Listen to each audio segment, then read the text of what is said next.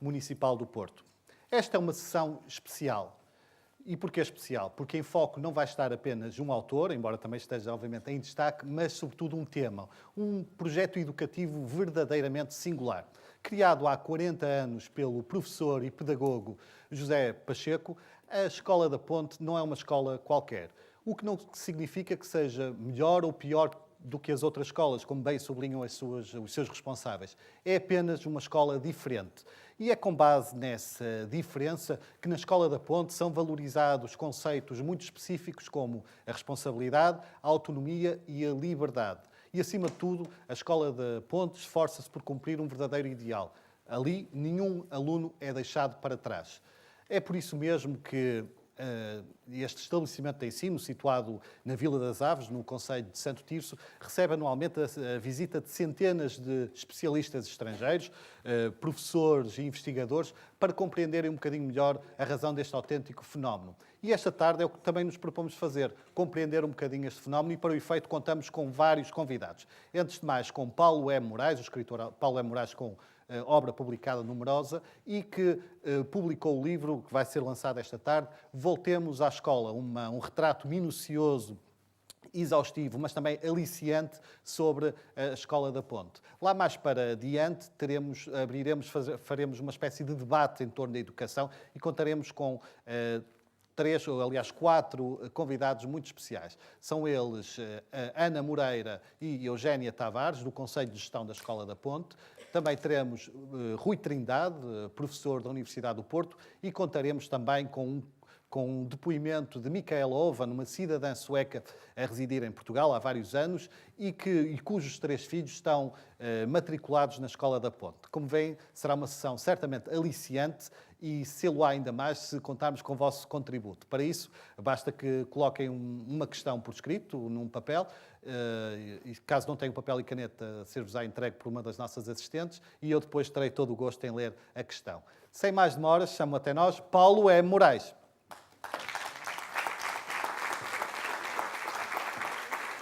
Bem-vindo.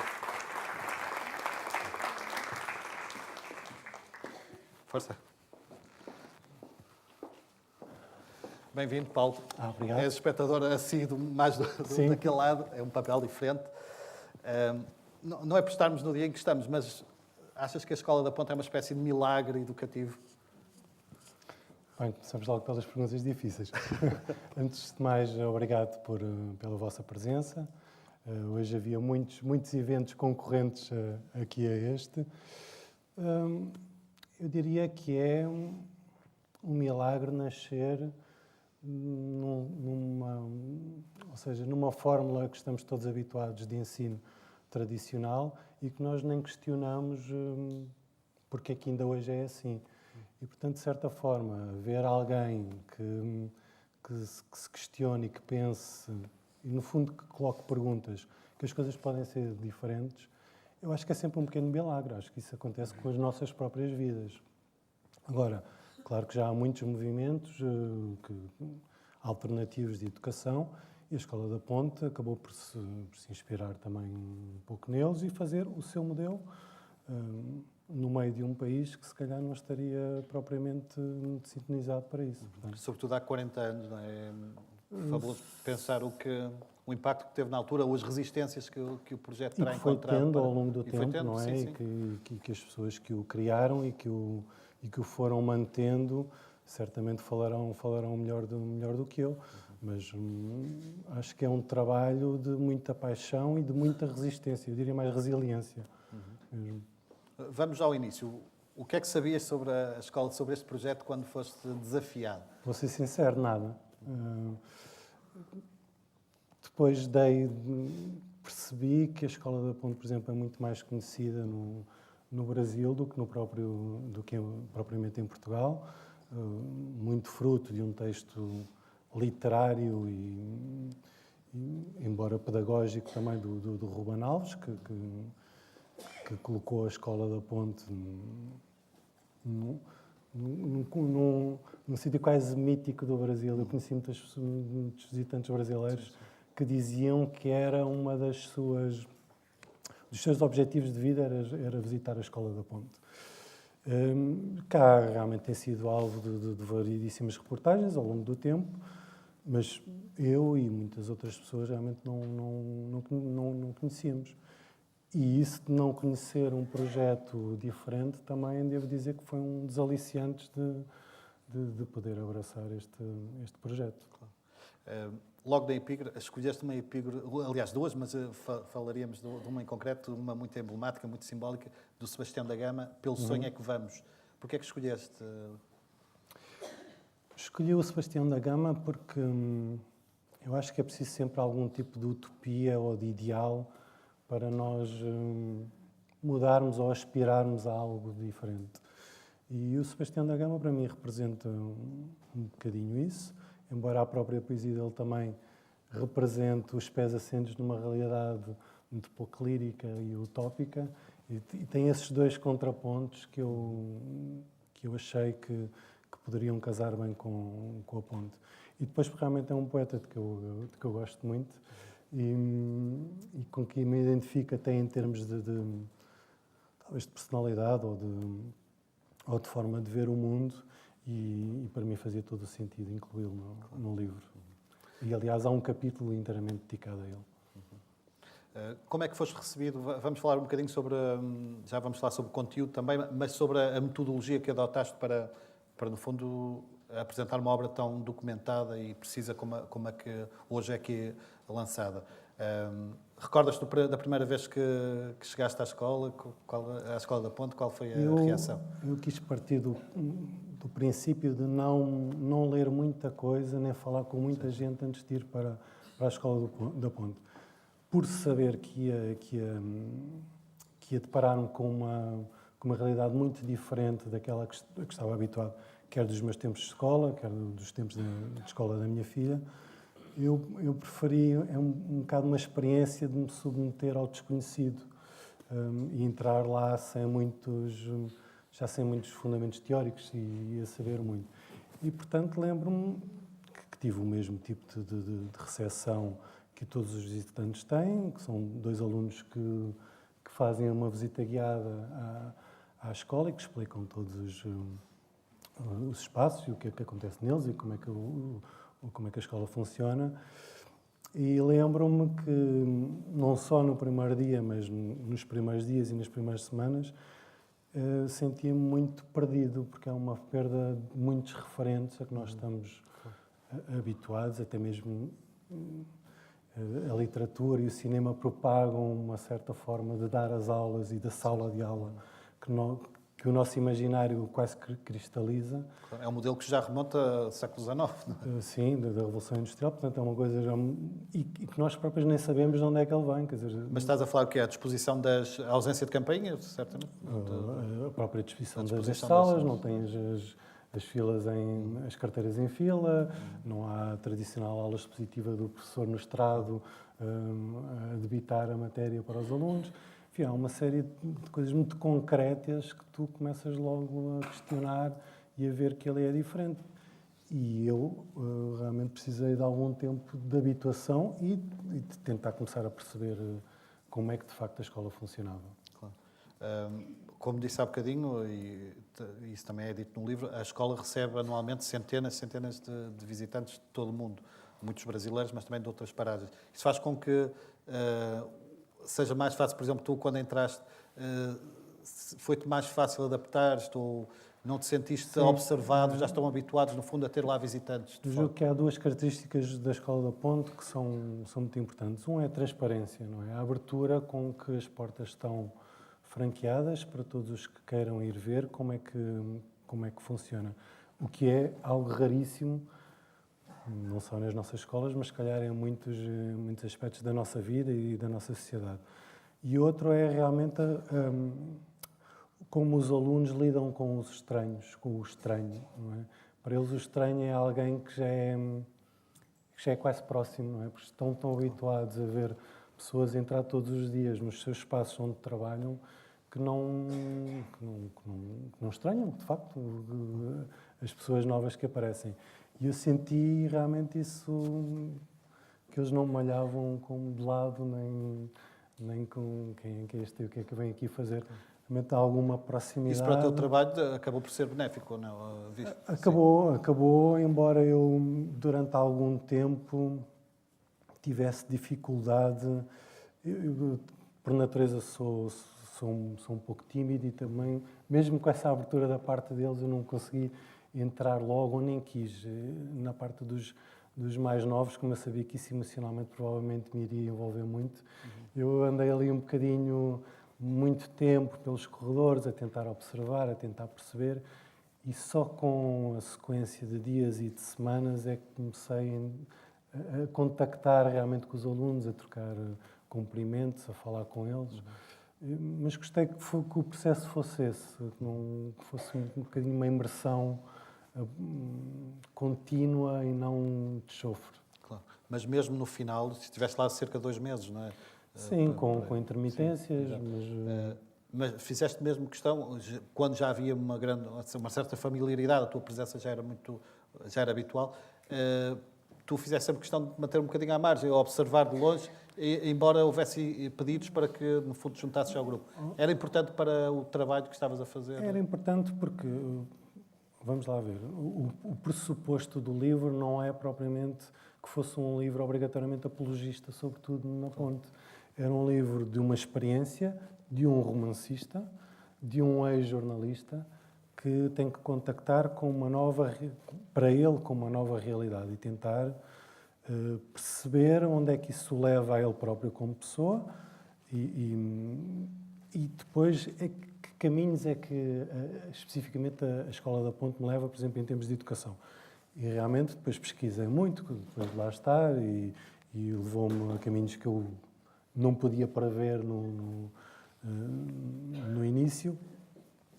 E, portanto, foi assim um percurso não muito programado, mas que acabou por ter, à medida que eu me fui envolvendo cada vez mais com as pessoas, eu comecei a ter cada vez mais dificuldade em dar a parte da pesquisa por terminada, porque eu sabia que a certa altura tinha... Procuraste adiar essa... Procurei adiar, quase inconscientemente, em algumas vezes conscientemente noutras, arranjar sempre um subterfúgio ou um alibi para continuar lá mais algum tempo, e se calhar já não precisava para escrever o livro. Mas a componente emocional e afetiva que eu encontrei é tão grande, é tão agregadora, que nos faz sentir numa espécie de família, que eu, de certa forma, embora sabendo que tinha um pé ou 2 pés fora, obviamente, comecei-me a sentir parte daquela família, a gostar de lá estar, a gostar da perspectiva de todos os dias ir para lá, e eu acho que isso é muito também o que existe na Escola da Ponte. Os alunos e os professores e os funcionários que gostam de ir à escola. E que nem sempre acontece em todo lado. Falando ainda sobre os visitantes estrangeiros, as centenas de pessoas que a escola recebe ao longo do ano, também falaste com alguns, cruzaste com alguns deles. O que é que os impressionou mais na escola? Pelos contactos que tiveste com eles, o que é que eles diziam acerca da escola que mais o cativava? Bom, os visitantes brasileiros realmente eles já vêm muito com alguma percepção do que é que vão encontrar. A maior parte deles já tinha lido muito sobre o assunto, estudado alguma coisa, e portanto é quase como de saberes que existe a Torre Eiffel e de realmente conseguiste ir ver a Torre Eiffel. E portanto eles ficavam surpreendidos com algumas coisas, mas mais na concretização dos espaços, da calma, do silêncio, da serenidade. Mas também eu julgo que a Escola da Ponte é quase impossível ter-se uma noção concreta de como é que funciona com uma visita tão curta. E mesmo o livro poderia ser um trabalho em contínuo, ou seja, o livro teve que ser finalizado, teve que ser terminado, teve que ir para a máquina impressora, tem que chegar às livrarias, mas a Escola da Ponte também ensina um questionamento contínuo do que é que estamos a fazer, do que é que fazemos, do que é que está no livro. Portanto, nesse sentido, eu julgo que eles descobriram parte do que conheceram e ficaram ainda com mais perguntas para fazer e para continuar a fazer. Mas embora a escola seja objeto de teses de estudo, mestrado, doutoramento, penso que em termos um livro com este formato, com estas características, será quase pioneiro em Portugal. Não tenho conhecimento. Em 40 anos, acaba por ser um bocado surpreendente que mais livros, mais estudos não sejam feitos. Eu diria que, não sendo eu um especialista sobre educação... Já teremos a oportunidade de falar sobre isso. Sabendo eu o que sei da minha experiência pessoal e de como pai, nunca poderia fazer um livro de especialista ou uma tese ou qualquer coisa. E realmente não foi esse o pressuposto com que partimos para este livro. Foi de tentar, com um lado de observação e de romancista, tentar perceber-me, eventualmente, de algum tipo de atmosferas ou de conceitos ou de valores que não sejam tão facilmente transmissíveis através de uma tese que tem que ser científica, que tem que ser objetiva, que tem uma série de outros pressupostos. E até quando se passa do jornalismo, como tu bem sabes, para a escrita de ficção, nós temos um bocadinho mais de latitude e de liberdade para... Mas falaste há um bocadinho, tens esses dois olhares, não é? O jornalista que Sim. se calhar está mais, neste momento está mais ausente. Mas Sim, qual destes é que achas que imperou mais? O olhar literário, o olhar de romancista ou de jornalista? Eu julgo que o jornalista serviu para uma série de coisas de pesquisa, de fundamentação de algumas observações, embora sempre com a intenção de não fazer um livro académico. Nem poderia ter essa pretensão. E, portanto, eu acho que o lado do romancista acabou por entrar muito no sentido em que isto é uma viagem. É mais um livro de viagem de alguém que entra numa realidade que desconhece e que vai atravessar um caminho e que vai contactar com pessoas, neste caso concretas, e a Escola da Ponte não são conceitos, são conceitos suportados e sustentados em pessoas. E nesse lado, o romancista que eu tenho sido, de dar voz, por exemplo, não às elites, mas sim a toda a sociedade, eu acho que aí ajuda, porque eu sinto-me muito à vontade a falar com o Sr. Serafim, que está na portaria, como gosto de ir falar com o Conselho de Gestão para tentar perceber aspectos mais da pedagogia. Ou seja, eu julgo que essa parte do romancista ajudou-me muito a fazer o livro.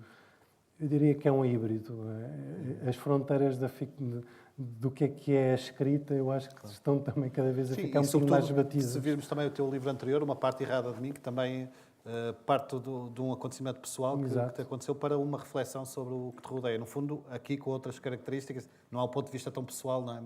Mas também não deixas de o transmitir. Sim, é sempre um caminho, não é? É sempre a própria escrita é um ato de descoberta do que somos, do que estamos a fazer, até de como escrevemos. E o livro da Ponte, eu não posso colocar como algo que não seja uma sequência dos meus outros livros ou do caminho que eu quero seguir como ficcionista. E neste caso o livro é apresentado como uma não ficção e realmente é sustentado em factos reais, e as personagens não são inventadas, não é? Mas eu julgo que há também uma narrativa. Eu quis dar uma narrativa ao livro. O que acho interessante neste desafio, o facto de o teres aceito, é que se calhar a maior parte dos romancistas não, quando confrontados com um desafio similar, provavelmente não aceitariam, e tu aceitaste de bom grado, sem haver uma ruptura entre a tua obra, não é? Sim, de certa forma é como tu dizes, é um bocadinho a sequência do que o Parte Errada foi, de começar em algo que é muito específico e depois poder tentar abrir o horizonte e ver onde é que aquilo nos leva, sem deixar de lidar com o caso concreto, não é? Neste caso que era a Escola da Ponte e os métodos e a forma desta escola estar, no ensino e na educação. Mas acaba por ser uma viagem pessoal e os livros cada vez mais para mim são isso. É eu não ter medo nem me querer esconder atrás de personagens completamente fictícias. Não sou eu que estou no livro, tento não ser o centro, mas sou eu que estou a observar e sou eu que acaba por fazer as escolhas do que vou relatar e como vou relatar, não é? Aliás, o título do teu primeiro romance, A Revolução Paraíso, também remete um bocadinho aqui para a Escola da Ponte, não é? Que no fundo são ideias revolucionárias no bom sentido e também pacíficas. Achei esse curioso o facto de teres um livro chamado Revolução Paraíso e estamos aqui a falar de uma escola que, de certa forma, tem essa lógica de ruptura e de... mas nessa perspectiva quase celestial, embora tenha, obviamente, tudo tem defeitos, não é? Mas, claro. E tu frisas bem isso. Pois, o Revolução Paraíso, sem eu perceber, já era um caminho a ser trilhado. Quer dizer, eu nasci, tinha 2 anos no 25 de Abril de 74, portanto não podia ter vivido esse período tão marcante na nossa sociedade e para as pessoas que o viveram. E mais uma vez já estava lá a minha vida, porque o livro é baseado numa série de álbuns com recordes que a minha avó paterna compilou sobre a altura. E é engraçado que seria um livro que eu hoje em dia escreveria de uma forma diferente, porque incluiria a minha avó certamente no livro, que é parte integrante. Quer dizer, se eu tive acesso àquela história e àqueles recordes, foi por causa dela.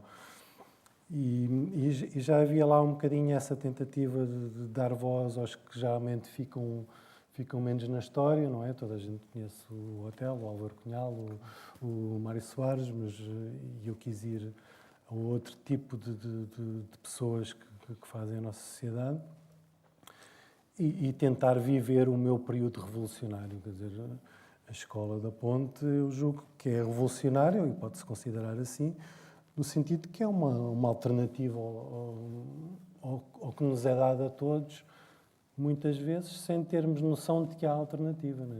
Eu quando inscrevi a minha filha na escola, de facto não tinha ideia de que pode haver uma alternativa. E eu julgo que quem é pai, muitas vezes, conhece esta sensação de que, pronto, quer dizer, nem questionamos, não é?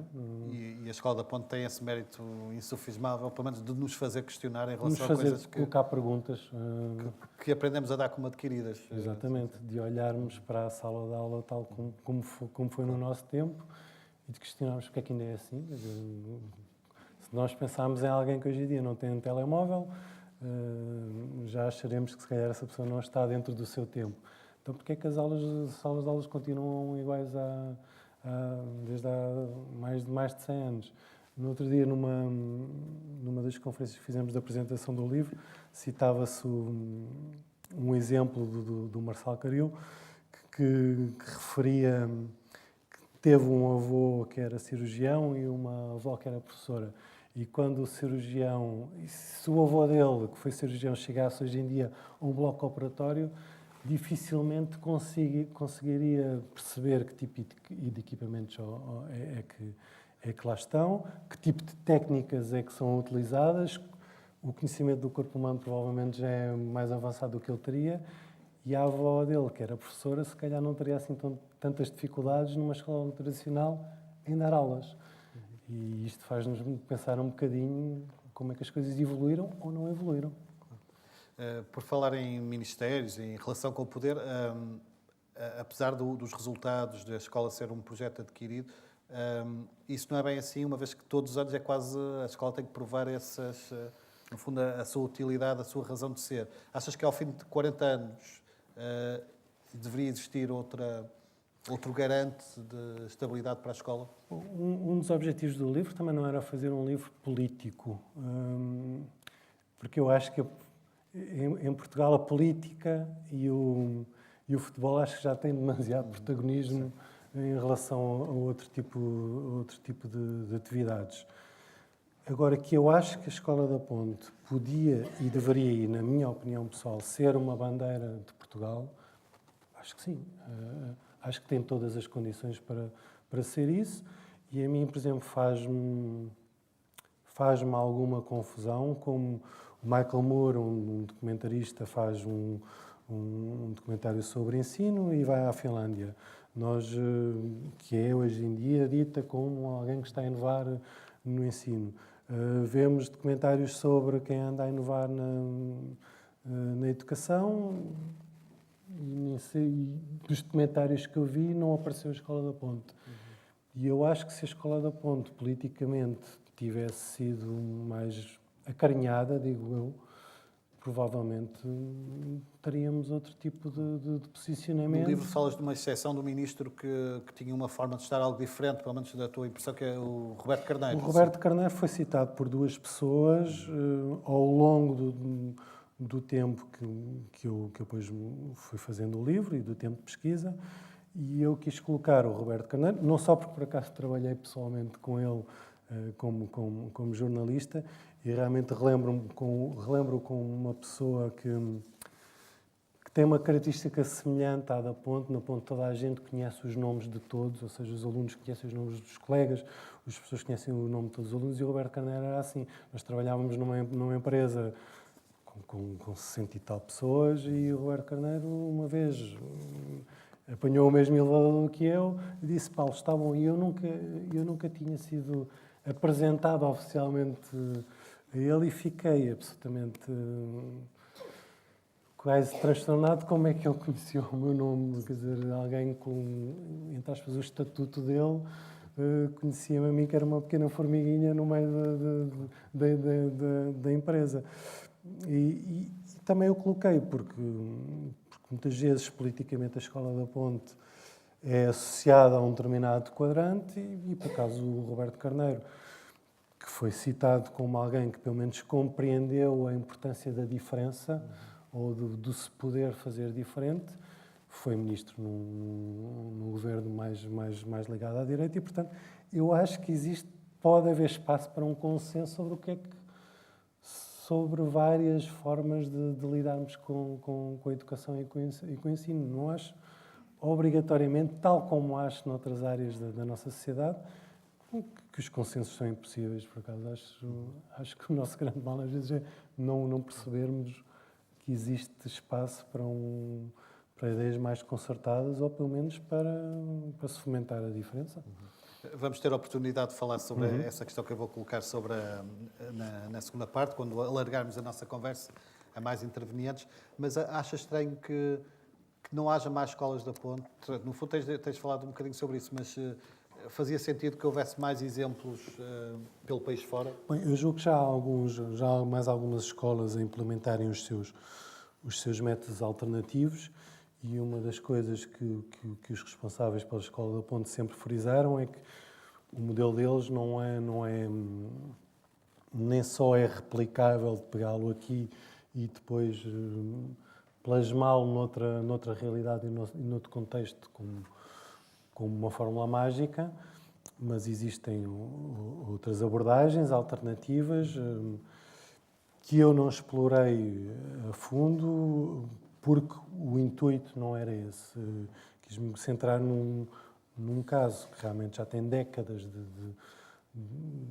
de aprofundamento, não é? Do método, e que é um caso realmente histórico, pode-se falar, mas vão existindo outras tentativas de furar um bocadinho também o sistema e de dar alternativas aos pais que queiram um sistema alternativo. Não é um caso único, não sei se as outras escolas funcionarão de uma forma tão completa e orgânica, mas isso é uma boa pergunta para a segunda parte. Tu frisas também ao longo do teu texto que a Escola da Ponte é uma escola também como as outras, não é? Não vamos colocá-la num pedestal, e é importante também que se calhar evitar esse rótulo, porque quem lá frequenta, estamos a falar de pessoas, não é? É uma escola como as outras, e ficaste, apesar de todas estas especificidades que a tornam muito especial, estamos perante uma escola como as outras, e como tal com alunos que também têm os seus casos. Obviamente. Sentiste isso? Sim, apesar de ser uma escola feita por seres humanos e realmente com todas as até incongruências e inconsistências que todos nós temos, embora não gostemos de reconhecer. Realmente é uma escola como as outras, mas apesar de tudo diferente. Na Ásia existe um ditado muito engraçado que é same, same, but different. É a mesma coisa, mas é diferente. E aqui realmente é diferente, mas com coisas, podemos inverter, é diferente, mas com coisas que são reconhecíveis em todo lado. Agora, quando eu comecei a fazer a pesquisa e a dizer que ia escrever este livro, deparei-me com duas posições muito extremadas, quer as pessoas que têm um ceticismo muito grande, não é? Com perguntas como os alunos aprendem alguma coisa com esse sistema, mas eles fazem o que querem, portanto, uma ideia de uma liberdade absolutamente total e que dos direitos não estão associados deveres ou responsabilidades, e depois o outro extremo de achar que a escola faz milagres com todo o tipo de alunos, com todo o tipo de situações, que qualquer professor se adapta, que qualquer visitante compreende. E eu julgo que, por exemplo, para se compreender a Escola da Ponte é preciso tempo. Acho que o tempo é essencial. É preciso tempo, é preciso vivência, é preciso consistência. Há uma série de coisas que eu tento mais ou menos reproduzir no livro, através do meu caminho, e que é sustentado numa realidade com altos e baixos, com dias bons e maus, com pessoas que conseguem entrar mais rapidamente e que outras levam mais tempo, e a mesma coisa com o tipo de alunos. Há um episódio que eu relembro sempre de uma escola inteira a comemorar o dia do Halloween, e um aluno que não quis comemorar, era o único aluno na escola que não quis comemorar, e eu sentia, e depois falei com ele algumas vezes, sentia nele alguma resistência, porque ele já vinha do tipo de escolas onde tinha tido problemas disciplinares, alguma resistência em lidar com uma forma diferente de o tentar integrar. E eu gostava muito de voltar ao final da escola, ao final do ano à escola, e na festa de fim de ano encontrá-lo já integrado. Não quer dizer que fosse mais um milagre, mas como dizia o Sr. Serafim Porteiro, a escola não faz milagres, mas se calhar às vezes faz. Sim. Porque tem a política de não desistir facilmente de qualquer aluno. Isso leva a um comprometimento muito grande. Se tivesses que eleger aquilo que te impressionou mais, falaste agora de uma ideia importante, que até já tem vindo em algumas reportagens, de ser uma escola que não desiste facilmente do aluno. Está entre as coisas que mais te impressionaram nesse contacto que tiveste com a escola? Sim, eu identifiquei muito com a parte de ver cada aluno como um indivíduo, mas ao mesmo tempo que tem uma responsabilidade de construir um coletivo. E esta individualidade dentro de uma coletividade, ou seja, um aluno que é visto como um ser único e irrepetível, mas que ao mesmo tempo tem que dar um contributo para construir uma escola coletiva melhor, eu acho que é uma das abrangências da Escola da Ponte, que muitas vezes não é dado esse papel aos alunos nas outras escolas. Quer dizer, a minha filha e as minhas enteadas têm um papel muito limitado no que podem fazer na sua escola. Aliás, tu descreves aqui passo a passo o processo das eleições, que é muito interessante. O processo das eleições, um processo também de aprender o que é a cidadania, de tornar alunos como indivíduos que eu acredito que vão ser muito mais sintonizados e responsáveis para o que é a nossa sociedade.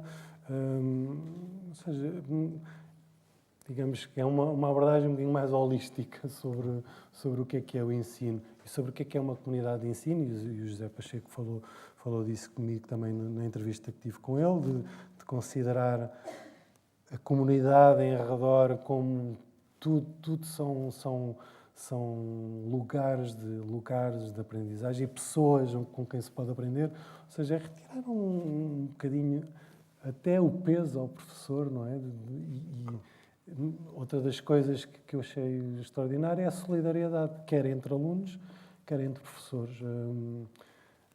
Como se costuma dizer lá, o professor não está sozinho ali e muitas vezes nas outras escolas está sozinho, de facto.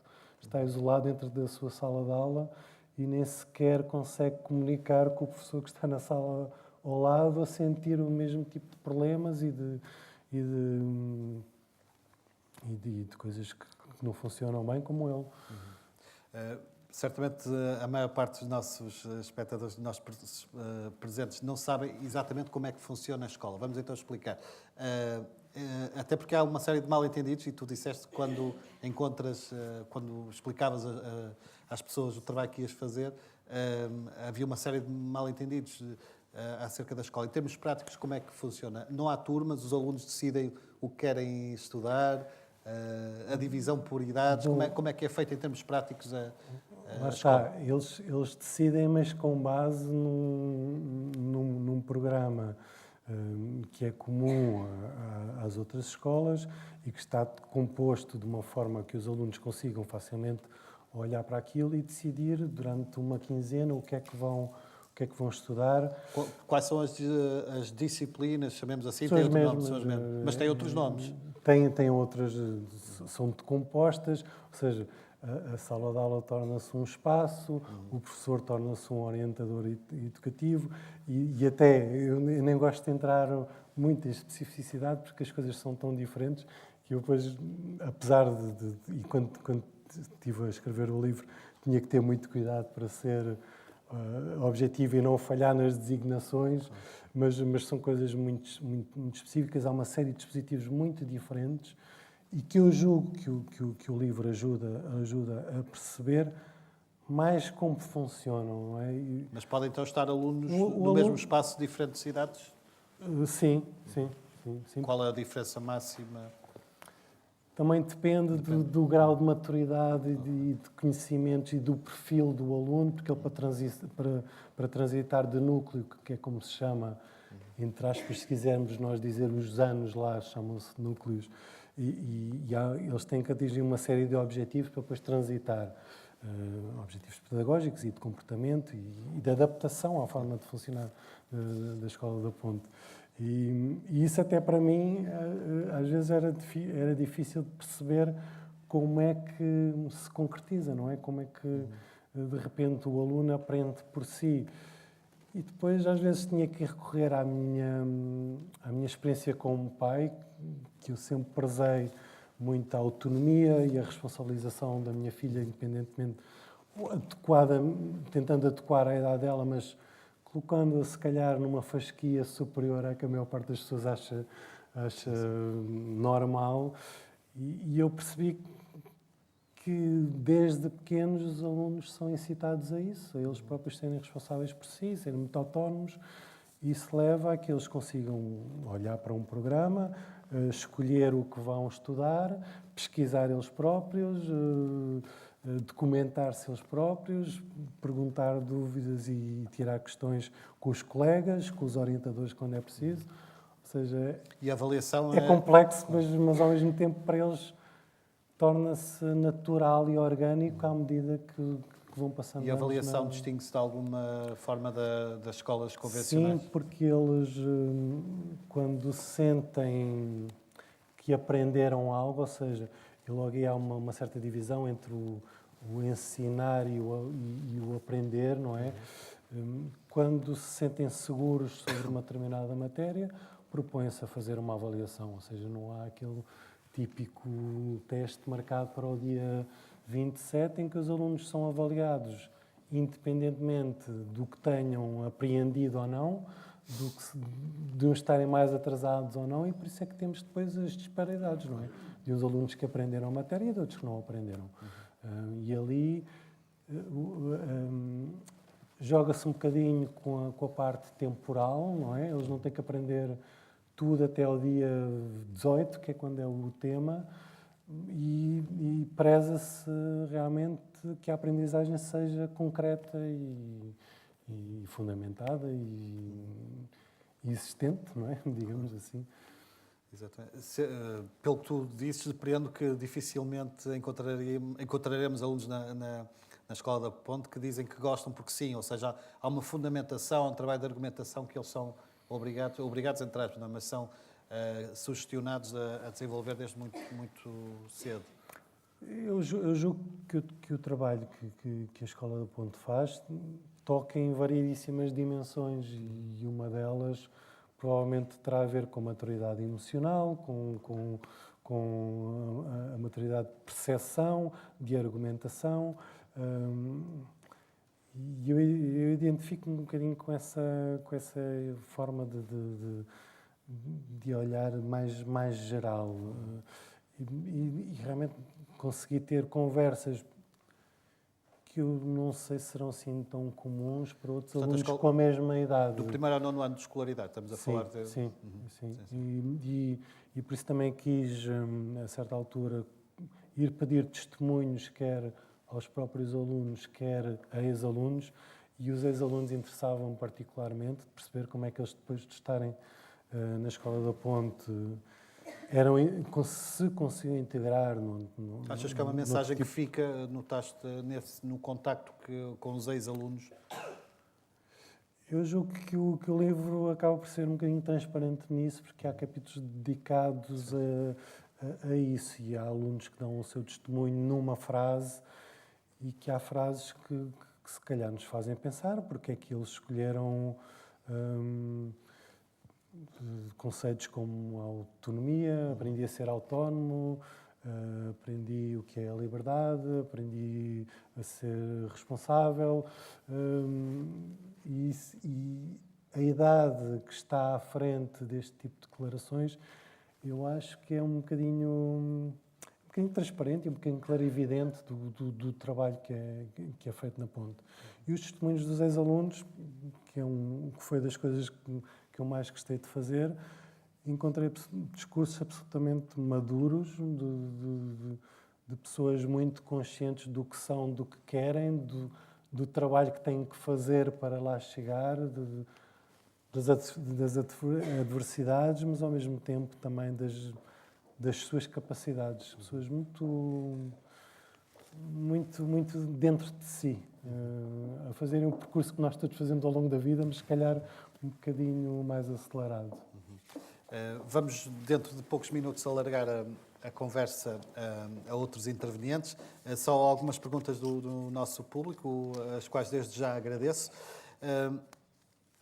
Eu penso que já respondeste, Paulo, mas sintetizando. A Escola da Ponte tem 40 anos. Sendo tão extraordinária, como justifica não haver mais escolas da Ponte? A resposta não depende de... Não depende propriamente de mim responder a isso. Eu, mais uma vez, repito aquilo que os responsáveis me disseram muitas vezes.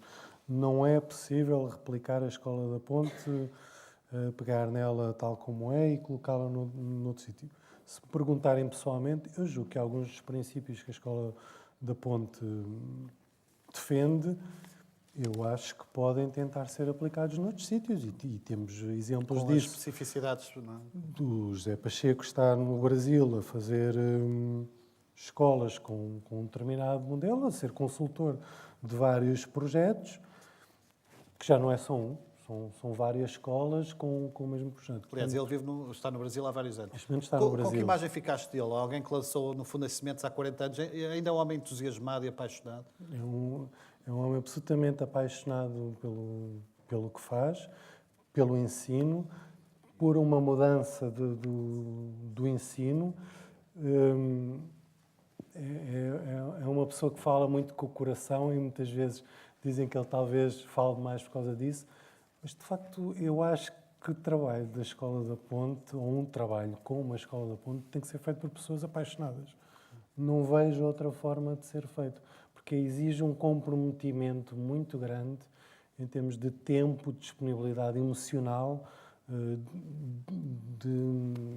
até física. Eu via professores a deslocarem-se na sala de aula e se calhar eles chegam à sala de aula, eu já estou a cometer um erro no espaço, e chegam ao fim do dia, se calhar percorreram muitos quilómetros, ou seja, exige um comprometimento, e principalmente da parte afetiva, do ver cada aluno como um caso e não de generalizar e de dar a mesma fórmula a todos.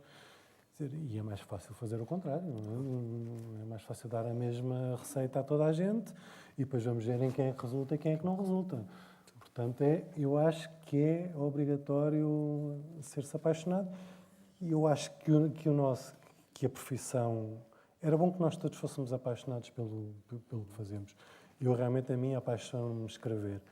E eu gostava realmente os professores conseguissem recuperar um bocadinho dessa paixão e realmente nós sabemos que a profissão tem sido muito dilapidada e muito atacada e tem sofrido muito ao longo destes anos. Vamos ter que todos dar o nosso contributo para tentar dar-lhe mais dignidade outra vez. Mais duas perguntas, Paulo. Na Escola da Ponte, trabalham com projeto individual ou coletivo? Cada aluno tem o seu projeto individual, mas que está, digamos, há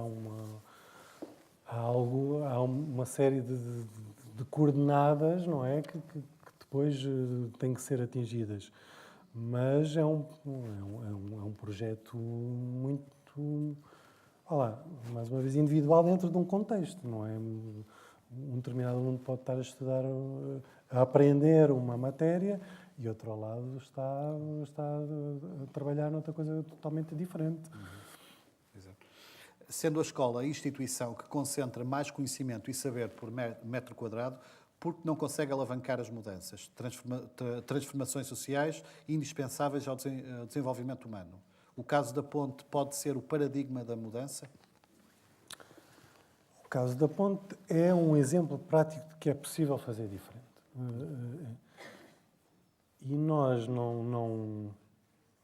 Volto um bocadinho atrás. Nós, se pensarmos...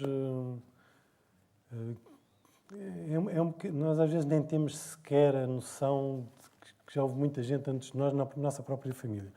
Nós todos tivemos 3 avós e se calhar se formos perguntar à assistência como é que se chamavam ou o que é que faziam, não sei se haverá assim tantas pessoas que o saibam. E os nossos 3 avós, se andaram numa escola parecida com esta. Se nós perguntarmos o que é que será a escola daqui a 100 anos, se calhar o nosso imaginário não consegue fugir muito do que é agora. Outra vez. E vamos cair exatamente na mesma situação. E a Escola da Ponte é um exemplo prático de que é possível fazer diferente, com objetivos diferentes, com uma abordagem do que é cada aluno diferente. Se é o paradigma, há várias correntes. É um dos. Mas é um exemplo prático que para mim, devia ser, volto a dizer, muito mais acarinhado, muito mais conhecido, muito mais emblemático, diria. Paulo, estamos aqui a falar deste teu novo livro, Voltemos à Escola, e o que é certo é que dentro de algumas semanas vais ter, ou até menos, julgo, vais ter aí um novo livro, Seja Feita a Tua Vontade. Como é? Apresenta-nos, por favor, esse teu novo livro, o próximo livro, aos presentes. Tu Seja Feita a vossa vontade, como era no início e depois passou a ser a tua vontade. É um livro que foi finalista à Leia em 2015 e que teve um compasso de espera até ser agora finalmente publicado. E é um livro ficcionado com base em factos reais, que lida com outro tema que muitas vezes na nossa sociedade não é assim muito querido, ou que as pessoas não gostam de falar. Tem a ver com a mortalidade, tem a ver um bocadinho com a eutanásia, com nós decidirmos um bocadinho como nos queremos despedir desta vida, e é baseado numa experiência pessoal do meu avô, que a certa altura, cansado da vida que tinha e das maletas que o afligiam, pediu ajuda à família para o acompanhar num processo desse tipo. E eu fui fazendo um diário, um pouco como catarse, porque passei a acompanhá-lo todos os dias, várias horas, um processo muito intenso, muito emotivo, como é óbvio, e fazia uma espécie de diário para tentar expurgar o que tinha acontecido e no dia seguinte estar lá outra vez para ele. E é um bocadinho essa transcrição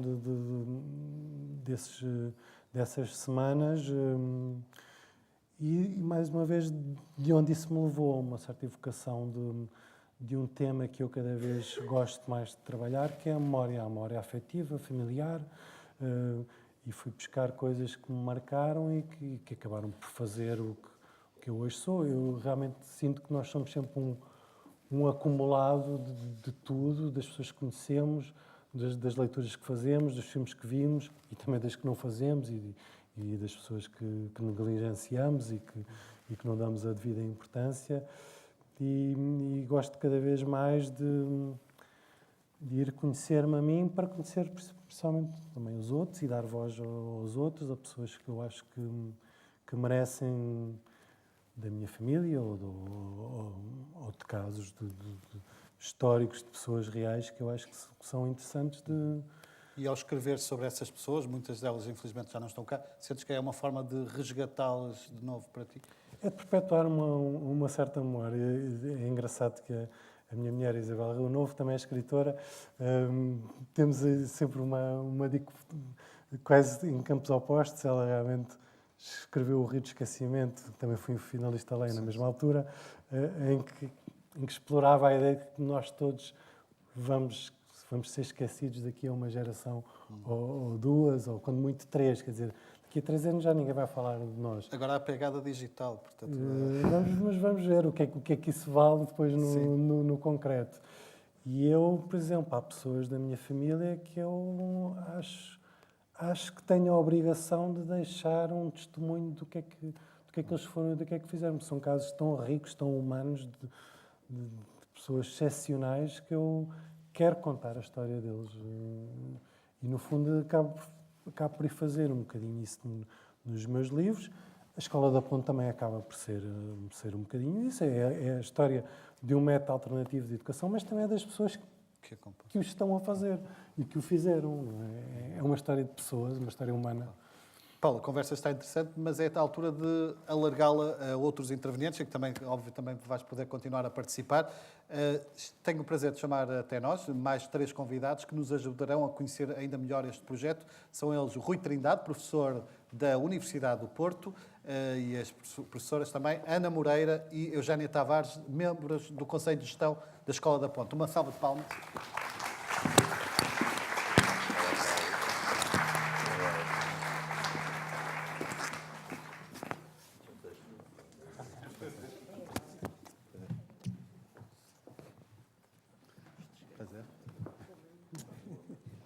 Podem sentar-se.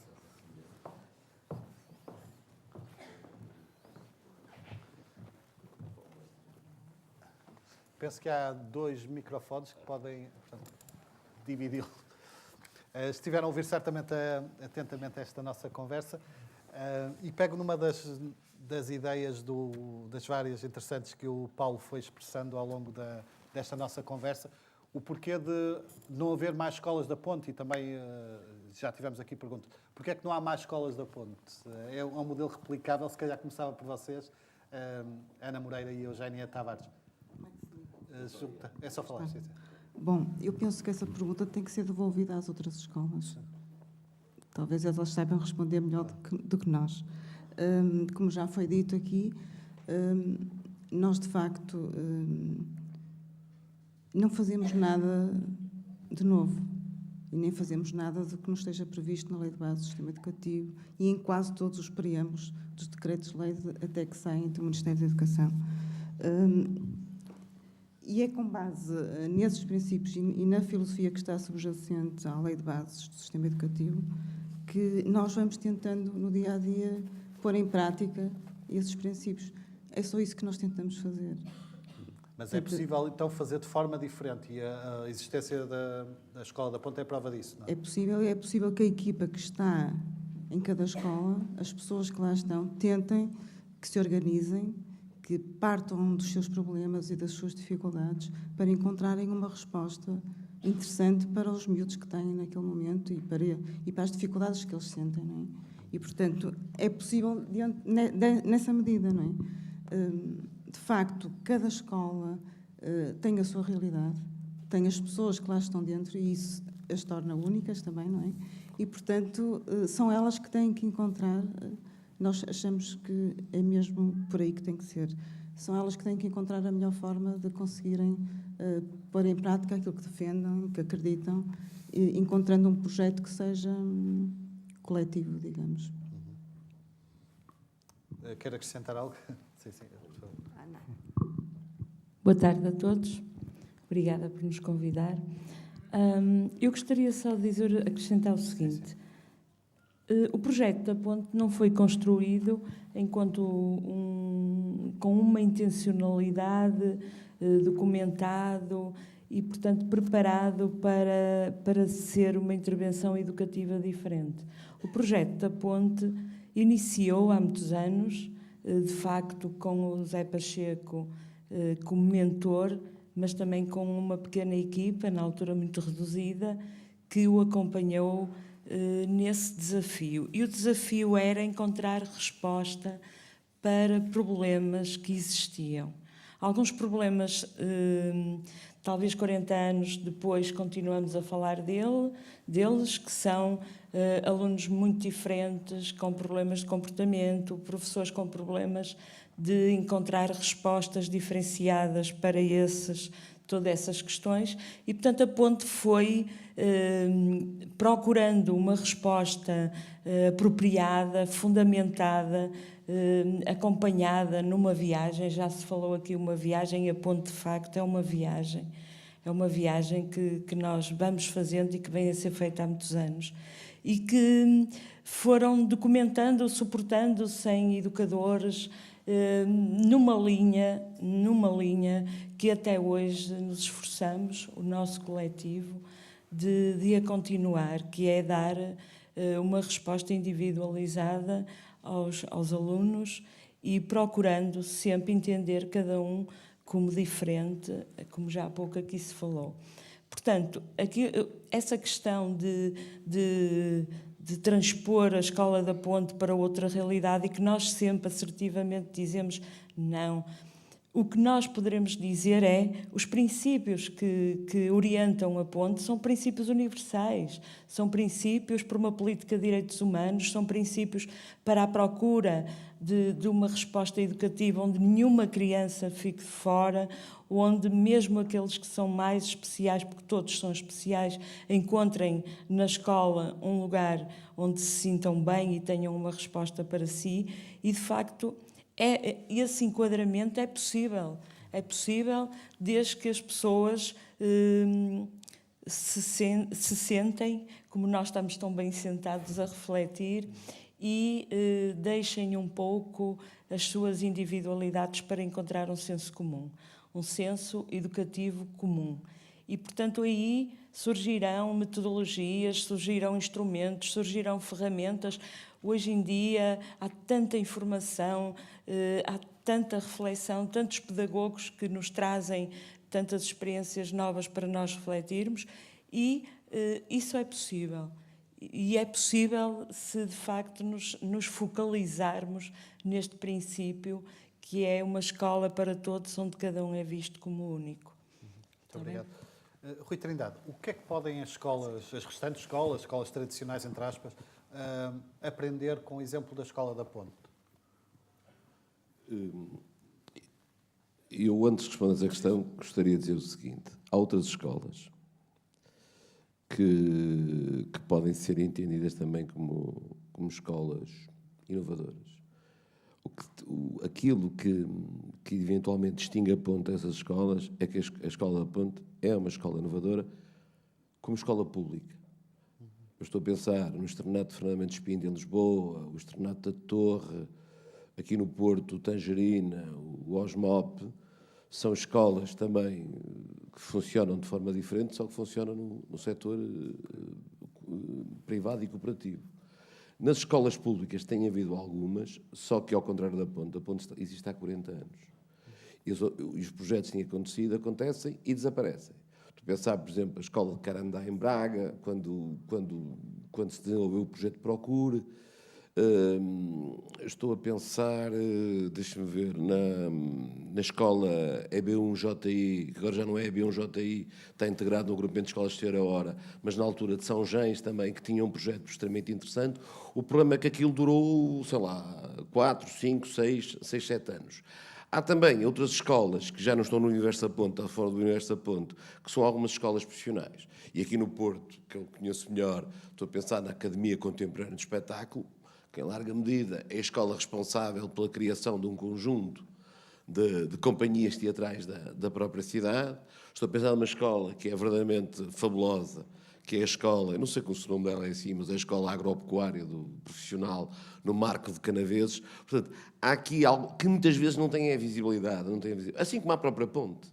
Porque a ponte só ganha visibilidade praticamente a partir do tempo em que o professor Marçal Grilo foi o... Nem foi o professor Roberto, não foi o Roberto Carneiro, foi o Marçal Grilo, sobretudo por via da Ana Benavente. É quando o nosso, na altura, Presidente da República, Jorge Sampaio, condecora com o Comendador da Instrução Pública, o Zé Pacheco,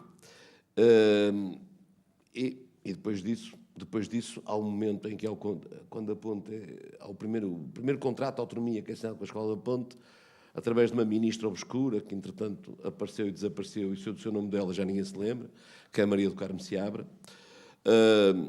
Portanto, na sequência também de uma luta na qual todos estivemos empenhados, que foi quando não se queria permitir que a Escola da Ponte passasse do 6º para o 9º ano, e hoje, eu acho que hoje, com o atual governo, eu acho que a Ponte começa a ter também, enfim, começa a ser uma escola de referência no âmbito de um projeto que neste momento envolve 6 escolas, não é? Aquelas 6 escolas do projeto. A questão que se levanta aqui é assim, o que se defende da ponte, e o Zé Pacheco diz isto, a uma determinada altura, disse-me a mim, mas também acho que disse ao Paulo, que citou o Almada Negreiros para dizer uma coisa deste tipo. Já conhecemos as 1001 formas de salvar o mundo, só falta salvar o mundo. E, de alguma forma, os princípios da ponte, eles estão presentes, sei lá, desde pelo menos o princípio do século XX, no momento da Escola Nova, com aquela pleia de aqueles pedagogos, não é? que que têm vindo a alimentar os sonhos, mas também é verdade, se pensarmos bem nisso, o movimento da Escola Nova era um movimento muito restrito a escolas ligadas à educação das elites. Eu acho que o primeiro pedagogo que diz claramente se aquilo é bom para a burguesia, também pode ser bom para o povo, foi o francês, o Célestin Freinet, e eu acho que, na altura, o Zé e as suas companheiras, de quem a gente fala muito pouco, não é? Porque é preciso também pensar isto. Ao bocado estamos a falar, há 40 anos era muito difícil. Eu diria que há 40 anos era mais fácil fazer o que se fez do que se fazer hoje. Por que é que acha isso? Porque há 40 anos nós tínhamos uma margem de autonomia que não estava na lei, mas estava na prática. Não é? Hoje nós temos uma autonomia que está na lei e que depois é completamente controlada por via das plataformas informáticas. Não é? Aliás, eu não sei como é que elas conseguem, isto é o segredo delas, lidar com as plataformas informáticas, porque não têm anos de escolaridade e, portanto, é muito estranho como é que preenchem aquilo. Não sei, mas preenchem e estão dentro da legalidade. Há 40 anos, o José Pacheco e um conjunto, não sei se eram 4 ou 5 pessoas, eu conheci particularmente bem uma delas, que era a Maria José, eram 4, não é? Eu conheci melhor a Maria José, porque a Maria José pertencia a um movimento a que eu pertenço, que é o movimento da Escola Moderna, e, portanto, estamos a pensar em 5 pessoas, hermanadas pelo mesmo conjunto de ideais pedagógicos, armados com a mesma vontade de mudança, e que desataram a mudar. E é verdade que eu tenho que reconhecer que aqui o Zé Pacheco tem um papel fundamental como estratega, não é? Do ponto de vista da estratégia. Agora, aquilo foi uma coisa dolorosa, aquilo foi processos disciplinares atrás de processos disciplinares. Felizmente ele era mais inteligente que os burocratas que iam lá à escola. Depois também alguns inspectores, estou a pensar do inspetor Ramos, porque eu fui professor do ensino primário, comecei a trabalhar em 79. Portanto, e uma das escolas que eu trabalhei em 80 era uma escola em Água Longa, que já não existe, é uma sede de escoteiros, logo ao entrar no Santo Tirso, eu, portanto, ia muitas vezes passando o Tirso para a escola. E o Zé era um homem que conhecia muito bem a lei, dava a volta que dava, por outro lado também assustava um bocado porque sabia o suficiente, não é? E, portanto, aquilo foi-se construindo. Depois tomou uma decisão que para mim é fundamental e continua a ser base da escola, que é o facto de confiar nos pais. É? Ainda hoje, a presidente do Conselho de Gestão da Escola é uma mãe. Quando digo pais, estou a dizer mãe. É o quê? Conselho de Direção, eu esqueço, não interessa. Rui Trilhão, volta já ao assunto.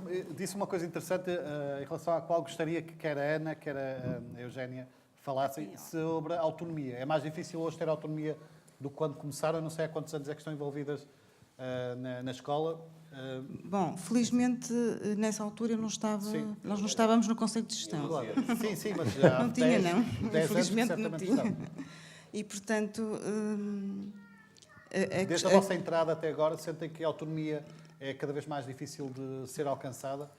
é, de facto, é uma autonomia que tem que ser muito negociada. Ora bem, o facto de se negociar já nos faz pensar, mas que raio de autonomia é esta, não é? E, portanto, nós estamos sistematicamente, para além de termos que fundamentar tudo o que fazemos e como o fazemos e porque é que o fazemos, temos que estar sempre a negociar com o Ministério da Educação e com as diferentes tutelas que, entretanto, existem, a DGEST, a DGAI, a Direção-Geral de Educação, sobre a nossa especificidade. Isto, por vezes, é um exercício esquizofrénico, não é? Por um lado, temos a nossa realidade do dia-a-dia, que não é compatível com aquilo que está previsto nas diferentes plataformas e que está tipificado, e, portanto, mas temos que preencher as tais plataformas tal como qualquer escola. O Ministério da Educação sabe claramente que aquilo que está descarregado, do ponto de vista formal, não corresponde à nossa realidade e àquilo que fazemos no dia-a-dia. E este exercício é um exercício, por vezes, muito doloroso, porque não havia necessidade de ter que ser assim e nem deveria ser assim. É este o nosso entendimento, porque de facto acaba por ser um pouco perverso até e desgastante também no dia-a-dia, porque se há escola que tem sido avaliada, que tem sido escrutinada, que tem sido olhada do ponto de vista até da própria inspeção, quer através de denúncias e não só, é a Escola da Ponte. E essa burocracia toda rouba energia quase para a vossa atividade? Nós fazemos um grande esforço para que isso não aconteça, mas de facto há momentos em que nos sentimos apertados com isso e a sofrer com isso, quando devíamos estar empenhados noutras coisas muito mais importantes, que é a vida da escola, que são os alunos, não é? Que são os miúdos que estão lá. Isso é que é verdadeiramente importante. O que é que cada um precisa e como é que cada um é. Isso é que é o nosso foco e é o nosso interesse. Tanto do ponto de vista dos miúdos como de nós e de todas as pessoas que fazem aquele projeto e que fazem aquela escola, não é?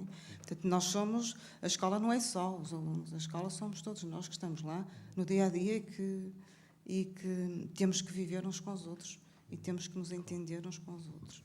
E de facto, isso é que é importante. E, por vezes, esta questão da tutela, não é? E dos compromissos que temos com a tutela desgastam-nos muito. É um facto que, apesar de tudo, a tutela tem-nos mantido, não é? É um facto. Mas ano após ano sentem que a vossa existência é questionada? Há uma precariedade nesse sentido? Penso que o Paulo fala dessa questão ao longo do livro. Ano após ano Sim, há uma questão que para nós é sempre complicado ano após ano e que nos leva a pensar, será que vai ser desta que se calhar vamos ter que fechar as portas, não é? Que tem a ver com a questão dos professores. É um ponto muito fundamental na escola e num projeto que de facto trabalha de uma forma muito específica e que rompe, digamos, com a representação que cada professor tem da sua própria profissão, não é? E, portanto, os professores que chegam de novo, e se de facto entrarem muitos professores de novo ao mesmo tempo, isso compromete gravemente a possibilidade de operacionalizarmos este projeto educativo. Não só porque não quer dizer que muitas vezes os professores não cheguem com vontade de fazer e de fazer bem e de se conseguirem integrar, mas porque precisam de um momento de aprender, não é? E de se sentirem e de se familiarizarem com o projeto. E não é de um momento para o outro. É preciso tempo, é preciso, de facto, aprender com os outros. Sempre. Não só os alunos, como os professores e nós com os alunos. E isto, como nós nunca sabemos, a partir de determinada altura, em especial em 2013, em que o contrato de autonomia já não previa a possibilidade de fazermos a proposta de equipa docente, esta questão é muito delicada e que nos preocupa sempre bastante. Já estamos outra vez no momento de pensar nela e como é que vai ser o próximo ano, se vão chegar muitos professores de novo. Qual é o número ideal de professores por ano, professores novos que devem chegar para não é perturbar, entre aspas, obviamente, para serem corretamente assimilados ou enquadrados nesta nova realidade? Em vosso entender, qual é o número? Quer dizer, o ideal seria que eles permanecessem os mesmos, não é? Mas tudo que seja para além de 5, 6, 7 professores acaba por ser complicado para nós. Mas tem acontecido. E nós, no dia-a-dia, vamos fazendo a tal formação em exercício, não é? Vamos estando os próprios alunos, têm um papel fundamental nessa ajuda dos professores que chegam de novo, não é? E eles dominam muito bem todo o projeto, como é que ele funciona no seu dia-a-dia, e, portanto, são uma grande mais-valia também para as dinâmicas que são implementadas. O facto de estar outros professores que já conhecem as dinâmicas facilita também e tem que ser por aí, senão será extremamente complicado conseguirmos manter este projeto da forma como queremos Já mantê-lo. voltamos à conversa. Eu proponho que alarguemos ainda mais. Eu disse no início que temos também a oportunidade de contar com um depoimento de uma cidadã sueca a viver em Portugal, a Micaela Oven, cujos 3 filhos estão matriculados na Escola da Ponte, e proponho então agora que ouçamos sobre essa experiência e começo precisamente por aí. Micaela, obrigado pela sua presença. Que tal tem sido essa experiência de ter 3 filhos neste estabelecimento de ensino tão peculiar? Tem sido uma experiência fantástica. Estão há 3 anos na escola, portanto, eu como mãe ainda estou a aprender sobre a Escola da Ponte. Acho que isso é importante. Estou a aprender imenso com os meus filhos, que acho que se integraram lindamente na escola. E principalmente porque aprende-se muito mais do que as matérias em si. Eu, no meu trabalho com pais e educação, e falo muito de 4 valores, de igual valor: da autenticidade, da integridade, respeito pela integridade e responsabilidade social e pessoal. E acho que para nós a escola tem sido um prolongamento daquilo que nós estamos a viver em nossa casa. E também penso que foi muito importante aquilo que o Paulo disse há bocado sobre o same but different, igual, mas diferente. Portanto, a escola é uma escola muito diferente, mas ao mesmo tempo igual, porque é uma escola que tem pessoas e tem os seus desafios com as relações humanas, mas na maioria das vezes tem uma forma muito própria de lidar com esses desafios individual. É verdade que disseram há bocadinho que a Micaela faz 200 km por dia para exportar os seus filhos. Temos a sorte de ter essa possibilidade de fazer, não é? Mas quando foi a altura do meu filho do meio ir para o 1º ano, já não havia outra, não podia falar do que falo e ser congruente e colocar os meus filhos numa escola normal. Portanto, daí a escolha da Escola da Ponte, depois também de termos levado lá os nossos filhos e eles terem visitado a escola. Aliás, eu acho que se calhar passava aqui o microfone à minha filha para ela dizer alguma coisa, porque estamos a falar da Escola da Ponte e talvez o mais importante, a opinião de uma mãe é a opinião de um aluno. Portanto, se me permitirem, ela não sabia disto, mas não sei se estão de acordo, que faz até mais sentido, acho eu. Sim. Não é? Claro que sim. Posso? Ela está preparada. O que é que gostas mais na Escola da Ponte? A Escola da Ponte é completamente diferente, não é? Há tanta coisa por onde falar e que até eu, que já estou há 3 anos na Escola da Ponte, continuo a não perceber muito bem. Mas a diferença tão grande da Escola da Ponte eu acho que é que cada um tem o seu tempo, porque todos aprendemos de uma forma diferente e todos somos diferentes. Então, isso que os professores nos dão o nosso tempo para nós aprendermos e que podemos ser mais rápidos ou podemos ser mais lentos a aprender. Porque enquanto que na escola normal eu tenho que acompanhar o professor, na Escola Ponte eu posso ter um ritmo mais acelerado ou um ritmo mais lento. Ou seja, acho que é isso também uma das grandes diferenças para uma escola tradicional. Estás em que ano? 7º. Sétimo. Portanto, entraste no 5º ano. Sim, sim. Houve alguma coisa, ou seja, já tinhas 4 anos de ensino convencional, chamemos assim. O que é que te custou mais a adaptar em termos de hábito? Disseste que há coisas que ainda estão a ser assimiladas, mas qual foi o choque maior, aquilo que te demorou mais tempo a assimilar e a adaptar? Eu acho que foi a liberdade que nós temos em escolher aquilo que nós vamos trabalhar. Eu lembro-me de um dia em específico em que eu já tinha trabalhado quase todos os conteúdos de ciências que estavam propostos para o meu ano de escolaridade.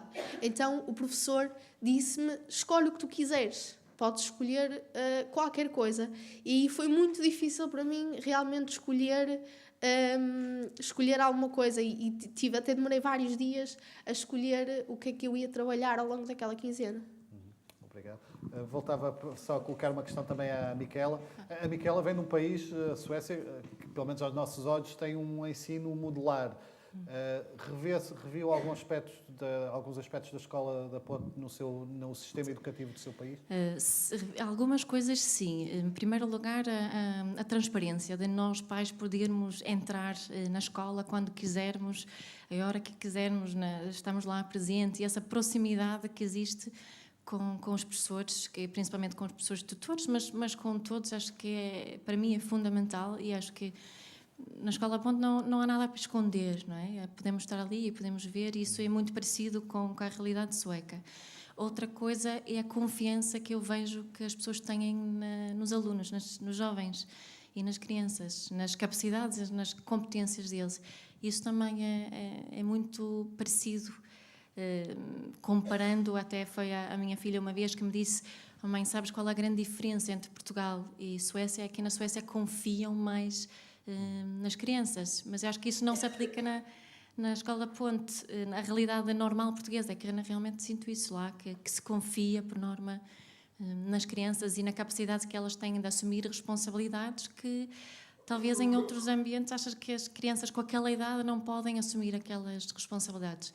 Só um exemplo de estudos, não é? Os pais hoje em dia estão sempre em cima das crianças para estudarem, para fazerem os trabalhos de casa. Eu tenho a opinião muito fixa de que essa é a responsabilidade das crianças. E é maravilhoso ver o meu filho de 6 anos assumir total responsabilidade pelos seus estudos. Ainda hoje estava a dizer: oh mãe, agora vou dormir em casa dos avós, eu vou lá a mochila, amanhã de manhã logo vou fazer e depois vou fazer isto. Portanto, eles têm esse planeamento com 6 anos. Acho que isso é incrível. No caso do seu filho de 6 anos, já óbvio que ainda faltam muitos anos, mas tem uma filha que está no 7º ano.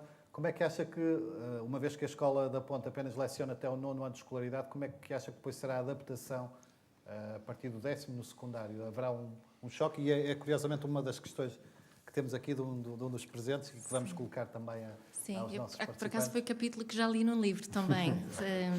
É muito curioso. E é uma pergunta que as pessoas muitas vezes fazem. Para mim, há aqui uma questão que é fundamental, que eles sabem estudar, eles sabem procurar informação, sabem o que é mais importante, eles sabem mesmo estudar, sabem estar, sabem assumir responsabilidade, sabem questionar. Portanto, têm aqui competências que são fundamentais para a vida. E acredito também que essas competências vão fazer com que eles consigam lidar com o desafio de estar sentado e ouvir um professor a debitar matéria e vão apanhar seca, e acho que têm competências para lidar com isso. Muito obrigado pelo seu depoimento, bastante esclarecedor, Micaela. Eu voltava a conversa consigo, Rui Trindade. Há bocado estava a contextualizar e bem, no fundo, o aparecimento da Escola da Ponte e todo o trabalho que o José Pacheco teve, mas respondendo àquela questão concreta de o que é que têm as escolas tradicionais, chamemos assim, ou com o ensino tradicional, a aprender um bocadinho com o exemplo da Escola da Ponte, isso eu entender. A primeira coisa que é importante compreender é que aquilo que se chama a escola tradicional, o que se faz na escola tradicional não se faz por maldade. Muitas vezes parece que é aqui uma espécie de ideia. Quando eu era adolescente, Eu fui adolescente na escola marcelista e, portanto, apanhei o 25 de Abril enquanto adolescente. Nós tínhamos uma visão que parecia que a escola tradicional era uma escola em que os professores eram cruéis e maus. Hoje temos de superar essa visão de adolescente, porque aquilo que a escola tradicional faz é exatamente não confiar nos alunos. A função da escola é partir da ignorância dos alunos. A função da escola é partir da incapacidade dos alunos. E, portanto, a visão é sempre uma visão deficitária. Isto não é por maldade. Isto é em nome do princípio iluminista que cabe ao professor mostrar o caminho da luz aos seus alunos. E falo de uma forma excessiva e abusiva, com os resultados que estão aí à vista. Eu costumo dizer, eu aprendi a ser democrata na escola fascista. Porque foi a escola fascista que me desejou, que me fez desejar viver num mundo muito mais aberto.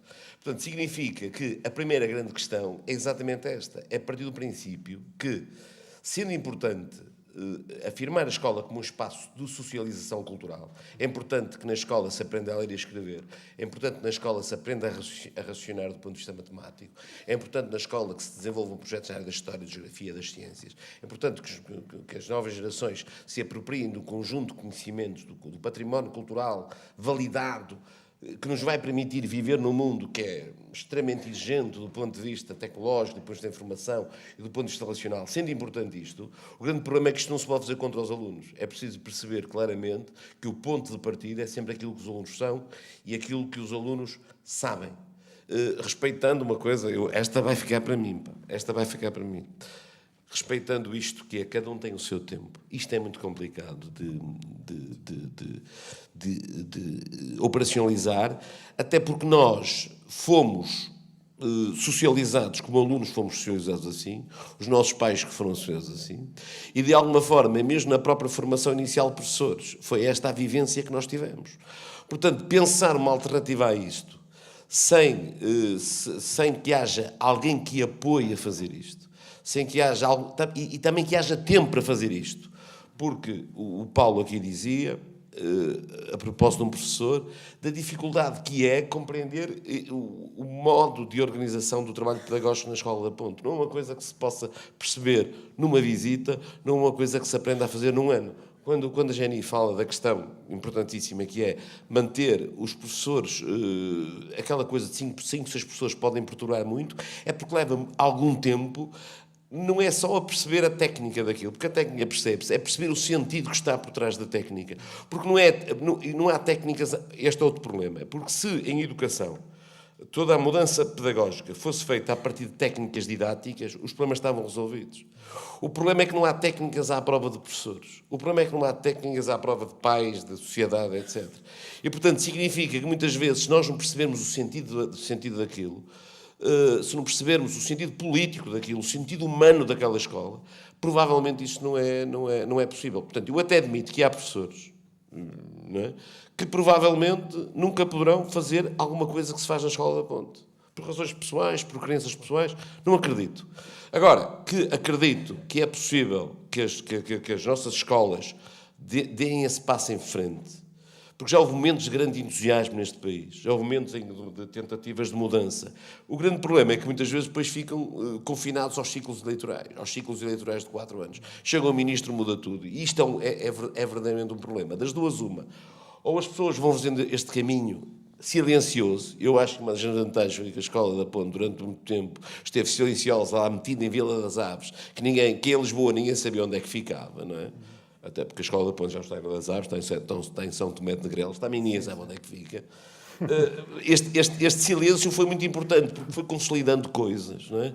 Depois, por outro lado, quando a escola se alarga, quando aquelas pessoas começam a ir para a reforma, o Zé tem a clarividência, o Zé Pacheco tem a clarividência também, de optar, de fazer escolhas, porque naquela altura também é verdade que a Escola da Ponte, a uma certa altura, podia fazer escolhas pelos seus professores. E foram chegando estas senhoras, foi chegando outros senhores que não estão aqui, que podiam estar aqui, e que de alguma forma foram permitindo que se consolidasse uma cultura que hoje até vai aguentando o facto de haver professores que chegam à escola que não têm nada a ver com aquilo e que têm algum tempo de aprendizagem. Mas isto é na Ponte, tem 40 anos. Nas outras escolas o problema é muito mais complexo e ainda por cima se complexifica quando já não estamos a falar de escolas, estamos a falar em agrupamentos escolares.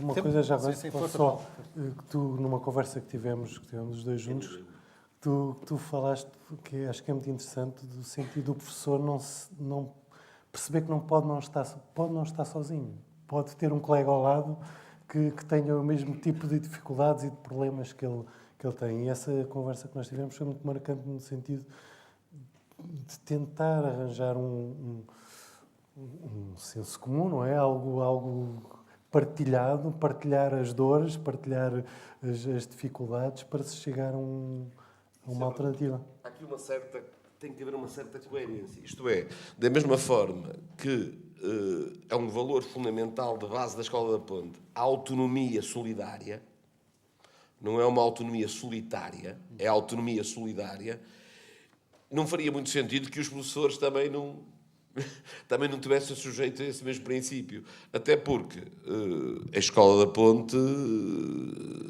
o dia-a-dia da Escola da Ponte não é um paraíso. Quer dizer, é feito de dilemas, é feito de dificuldades, é feito de sucessos e de insucessos. E essa aí, se me dissessem assim, não há problemas, há sempre resposta para tudo, eu duvidaria. Não é possível. Não é? A Escola da Ponte pode ser um santuário pedagógico, já que estamos todos a meio, mas de facto ali não há milagres. Os milagres que existem é fruto do esforço e fruto desta colaboração e desta cooperação. E nem sempre é fácil, nem sempre estou para aturar o meu colega. Isto não é uma coisa muito simples. Constante, não é? Exatamente. Há aqui duas questões, já não estamos infelizmente muito longe do final e ainda há assuntos sobre os quais quero falar, nomeadamente como é que leram neste caso o livro do Paulo, uma vez já tiveram contacto com ele. Ui. Já vamos falar um bocadinho sobre o livro, mas tenho aqui duas questões interessantes, muito práticas, direcionadas para os membros do Conselho de Gestão da Escola da Ponte. Questões muito práticas. Perguntam-nos aqui o total de alunos da escola, quantos alunos por turma e quantos professores? Esta é uma das perguntas. Bom, acho que entenderam na primeira parte que nós não nos organizamos por turmas, nem por anos de escolaridade. E, portanto, a escola tem, no total, perto de 210 alunos, neste momento. Professores, depende. Neste momento, a realidade dos professores que nós temos na Ponte, temos professores, por exemplo, só com 3 horas letivas, não é? Portanto, mas são professores da escola e, portanto, no total, contando com o Conselho de Gestão também, temos uma média de 29. Mais uma questão aqui também, e já foi abordada, eu tive a ocasião de perguntar a Micaela Oven isso e pergunto também a vocês, qual o impacto para os alunos na entrada para o secundário após um método de ensino tão diferente? Bom, quando os alunos transitam da escola para o secundário, poderá aqui acontecer 2 tipos de situação. Na sua grande maioria, os alunos integram-se bem, do ponto de vista da organização da aprendizagem. Poderá haver, eventualmente, alguns alunos que no primeiro período sintam algumas dificuldades em adaptação e que se prendem quase sempre com questões que não são circunscritas às competências académicas, mas sim à metodologia e à organização do secundário. Ou seja, quase sempre alunos que durante o percurso que estiveram na Ponte desempenharam alguns lugares, como a mesa da Assembleia, como tiveram na organização e na dinamização de alguns pequenos projetos e que esperam que no secundário também possam ter essas iniciativas e junto dos professores também possam levantar alguns questionamentos que o fazem claramente na Ponte.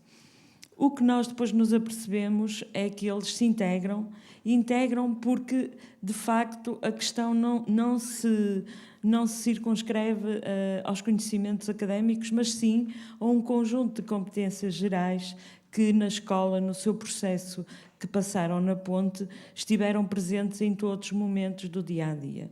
Estamos a falar na responsabilidade da aprendizagem, na autoavaliação, na autoplanificação, nas responsabilidades que foram desempenhando ao longo dos anos na escola e que têm a ver com a organização e a gestão do dia-a-dia e que o Paulo também descreveu no livro, as várias responsabilidades que eles no início do ano, quando instalam a escola, abraçam e que, portanto, eles sentem que durante todo o ano aquele grupo tem que funcionar bem, a escola tem que estar organizada do ponto de vista da responsabilidade que eles escolheram. Estamos também a falar em competências como análise, como síntese, como trabalho colaborativo. Portanto, há aqui um conjunto que fazem parte de uma listagem que a escola foi elaborando ao longo dos anos e que nos processos de avaliação do aluno estão presentes. E, portanto, também essas competências, de facto, são aquelas que vão ser transversais no processo de formação de um aluno. De facto, para nós, entendemos a educação como uma formação global e não uma formação circunscrita à matemática, às ciências e por aí fora. Portanto, há aqui todo um conjunto de aprendizagens que se envolvem no aluno e que tão fundamentais, estão presentes hoje nas narrativas que são atuais das empresas de tecnologia, a importância do sujeito em ter uma formação global de forma a poder ter respostas individuais para os desafios que constantemente são colocados. E, portanto, em relação a essa adaptação, de facto... Pensa que acaba por acontecer facilmente. Pedia-vos só, até porque estamos mesmo a terminar, um último comentário, ou como é que viram este livro do Paulo M. Moraes, Voltemos à Escola. Acham que é uma boa forma de um leitor não especializado ter um primeiro contacto com este universo tão particular e mesmo para quem pertence já à escola, seja aluno ou professor, se ler o livro acaba por ser, no fundo, uma proposta de reflexão sobre o seu próprio lugar nesse estabelecimento de ensino. Como é que viram este livro? Bom, eu penso que o Paulo conseguiu olhar para a escola com o coração, não é? E acho que isso se nota muito ao longo de todo o texto e de tudo aquilo que ele escreveu sobre a escola. E acho que conseguiu perceber essencialmente o sentido humano da escola e isso agradou-nos particularmente. Não é uma escola, não é um livro, como ele disse, académico, e nem isso seria a pretensão do Paulo, mas de facto é um livro que transmite muito aquilo como se vivem as relações na escola. E é muito gratificante perceber que essa trama, não é, da vida de cada um e da nossa luta diária para conseguirmos olhar para os outros e estarmos atentos a eles. Eu acho que ele, de facto, no livro, consegue, ao longo do livro, que as pessoas entendam como é que nós chegamos a cada pessoa e como é que tentamos que o nosso contributo pessoal dê uma resposta naquilo que pretendemos coletivamente conseguir. E acho que isso que ele conseguiu de uma forma muito interessante. Muito gratificante também para nós. Sim. Bom, o Paulo era o espião, não é? Eu dizia sempre, quando o encontrava, dizia, está cá o espião, atenção e tal. Sempre muito discreto, muito atento. No início, eu não consegui ver muito bem, é sempre difícil, porque a escola, de facto, tem sempre tanta gente lá dentro e eu digo sempre que é uma frase sacramental, é para o melhor e para o pior, como aos casamentos, e, portanto, também o Paulo foi andando por lá. É engraçado que ele foi sempre estando com as pessoas certas, ou seja, os casos notáveis da matemática, lá estava o Paulo a conversar com eles. E isso é engraçado ter percebido como ele teve um olhar milimétrico de encontrar algumas situações. Não esperava nada deste livro. Aliás, nunca espero nada que as pessoas escrevam sobre a ponte. Eu, às vezes, parece que me sinto Mas que certamente estão mais habituados estou a pairar como a um abordagens astronauta por pedagógicas, cima não é? da escola. Hã? Não, é verdade. Mesmo quando foi do Rubem Alves, fiquei também muito surpreendida. Fico sempre muito surpreendida porque nós vivemos as coisas com tanta emoção e de facto, com a paixão que já que foi aqui. Em momentos bons, em momentos menos bons, em dias em que estamos muito satisfeitos, outros menos satisfeitos, porque a ponte são pessoas, não é? Isto é importante. E, de facto, eu não estava nada à espera deste livro. Acho que o livro, de uma forma geral, é muito apaixonante, não é? Tem momentos, de facto, que a Jenny chorou. Ela não disse, mas eu vou dizer, porque achava que emocionou muito. Ela chora sempre, mas teve esse olhar. Não sei se no todo do livro eu estou na visão dele, porque eu não consigo muito estar no papel de alguém que, estando de fora, conseguiu entrar. Porque, de facto, eu sou um ator participante e por isso não tenho essa distância. Mas acho que foi muito gentil com a escola. Acho isso. Muito obrigado.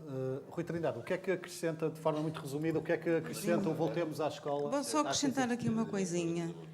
Não tinhas nada que dizer a minha vida pessoal, tá? Pronto. Mas chorei pelo bem e pelo mal também, atenção. Não é tudo também cor-de-rosa no livro, não é? Mas o que é importante mesmo é sentir a presença de cada um, mesmo quando não estão lá os nomes de toda a gente, porque não aparece o nome de toda a gente que faz parte da escola. Mas só queria aproveitar este momento para agradecer a presença de todos, mas também de alguns professores que estão ali e também de funcionários que, de facto, é isto que faz a escola. E os alunos que estão também por aí, pelo meio.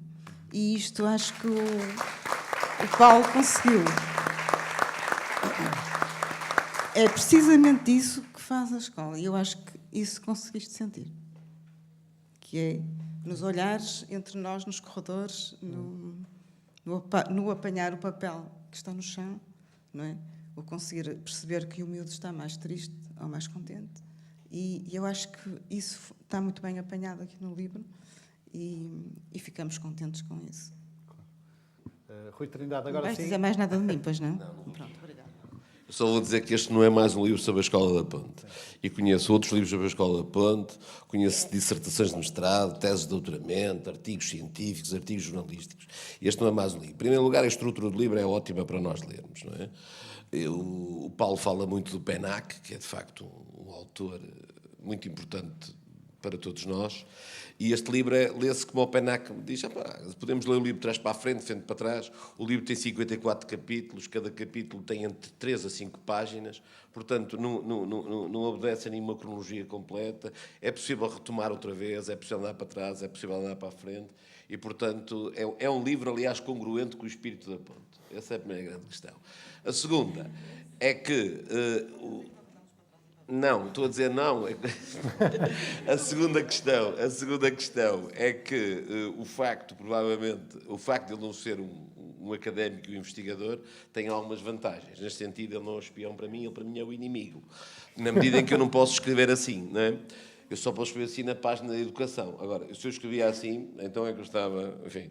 Portanto, é muito interessante, mas isto é muito interessante por duas razões. Porque, por um lado, nós temos acesso a informações que podem interessar aos académicos e podem interessar a quem pretende estudar a ponte. Estou a pensar o conjunto de capítulos que há sobre o modo como se elege a mesa da Assembleia, a dinâmica da própria Assembleia. Estou a pensar, por exemplo, também no como se constrói, como se utiliza o plano da quinzena. Isto são apenas 2 exemplos, porque eu teria outros. Depois há um outro lado que eu acho muito interessante, é que vemos coisas neste livro que normalmente são invisíveis aos olhos, quer de quem está na escola, quer dos académicos, não é? Que procuram regularidades. E aqui há coisas deliciosas, de uma ternura imensa, e também, do ponto de vista da informação que nos dá sobre a escola, também são fundamentais. Eu estou a pensar o papel fundamental que aqui tem a Dona Helena, que é responsável pelos assistentes operacionais, que aliás está ali, que tem uma importância muito grande neste livro, porque funciona muitas vezes como se fosse o coro da tragédia grega. Muitas vezes permite-nos ver coisas e chamar a atenção para coisas, não é? Que o próprio Paulo mete aqui. A única coisa que estamos à espera agora é do livro da Dona Helena, na medida em que há um livro, não é? Pelo menos numa pena. O Seu Serafim, que também é outro personagem, muito, muito interessante. E depois, certos modos de falar de coisas que nós na academia fazemos teses sobre aquilo, e que ele fala de uma forma muito clara e que é fundamental para perceber a ponte. Se me vão dar licença, posso só ler aqui. Eu tinha-a preparado, porque esta eu tenho assim, de uma profunda inveja. E então é assim, é o momento em que os meninos decidem comemorar o Halloween e os professores discutem-se e aprovam a comemoração do Halloween e, portanto, os professores discutem isto. E então, ele escreve isto, Paulo. Justifica-se comemorar o Halloween? É cultura nossa. Faz sentido perder tempo a assinalar a data? Questionam-se os fundamentos para o festejo, mas o grupo é alertado para o facto de a decisão ter vindo dos alunos. Os orientadores devem ser um filtro, mas também devem ter cuidado para não abrir precedentes. É preciso levar em conta a vontade expressa pelos alunos. E é preciso coerência na transposição dessa vontade para as atividades no espaço escolar. Discute-se o critério da democracia. Houve uma votação entre os alunos, gerou uma decisão, a qual não foi unânime. A decisão da maioria vingou aos restantes. Quem votou contra é obrigado a participar? Não. Que fazer com os que resolvem não participar nas atividades? Podem ficar no espaço a trabalhar normalmente, mas se decidirem não contribuir com trabalho para a comemoração, depois também não deverão ir só aproveitar a parte boa da festa. As interseções entre o individual e o coletivo sempre na baila.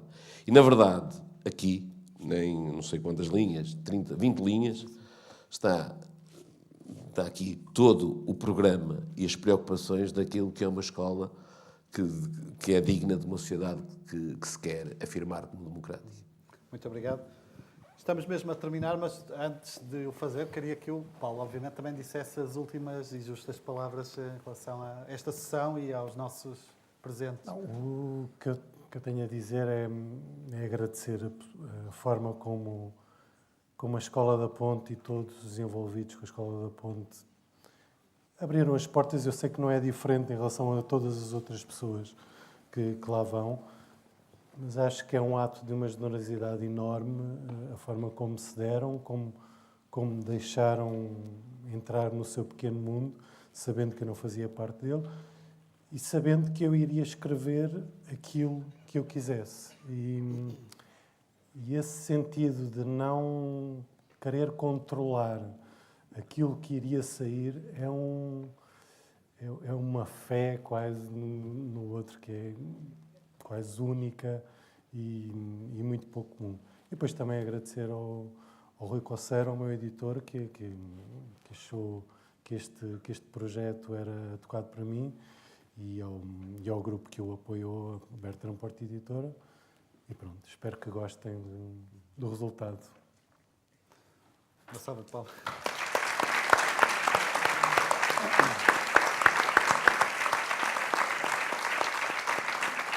Agora é a minha vez de agradecer também ao Paulo M. Moraes, Rui Trindade, Eugénia Tavares, Ana Moreira, pelo vosso inexcedível contributo, tal como a Micaela Ovan e a sua filha, e também, sobretudo, a todos vocês que nos honraram com a vossa presença num dia tão repleto como o de hoje. Voltaremos no dia 10 de junho com a presença de José Eduardo Agualusa, que irá lançar aqui no Porto pela primeira vez o seu novíssimo romance Sociedade dos Sonhadores Voluntários. Uma sessão a não perder, 10 de junho às 17 horas, aqui mesmo. Para já, o Paulo M. Moraes vai estar disponível para os autógrafos na entrada. Muito obrigado.